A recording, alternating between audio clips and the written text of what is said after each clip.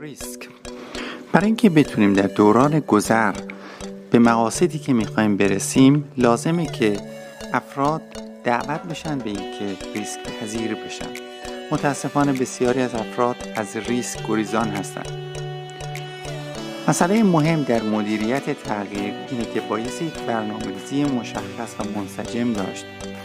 در این صورت میتونیم به یک توسعه مورد نظر برسیم، اما در یک محیط کاملا امن، کوچک و با قدم‌های کاملا شمرده و مشخص نمیشه گام‌های بزرگی برداشت. بنابراین اینو باید همچنین در نظر داشت که چارچوب‌های این نوع دوره‌های تغییر یقیناً بایستی با برنامه‌ریزی دقیق همراه باشه.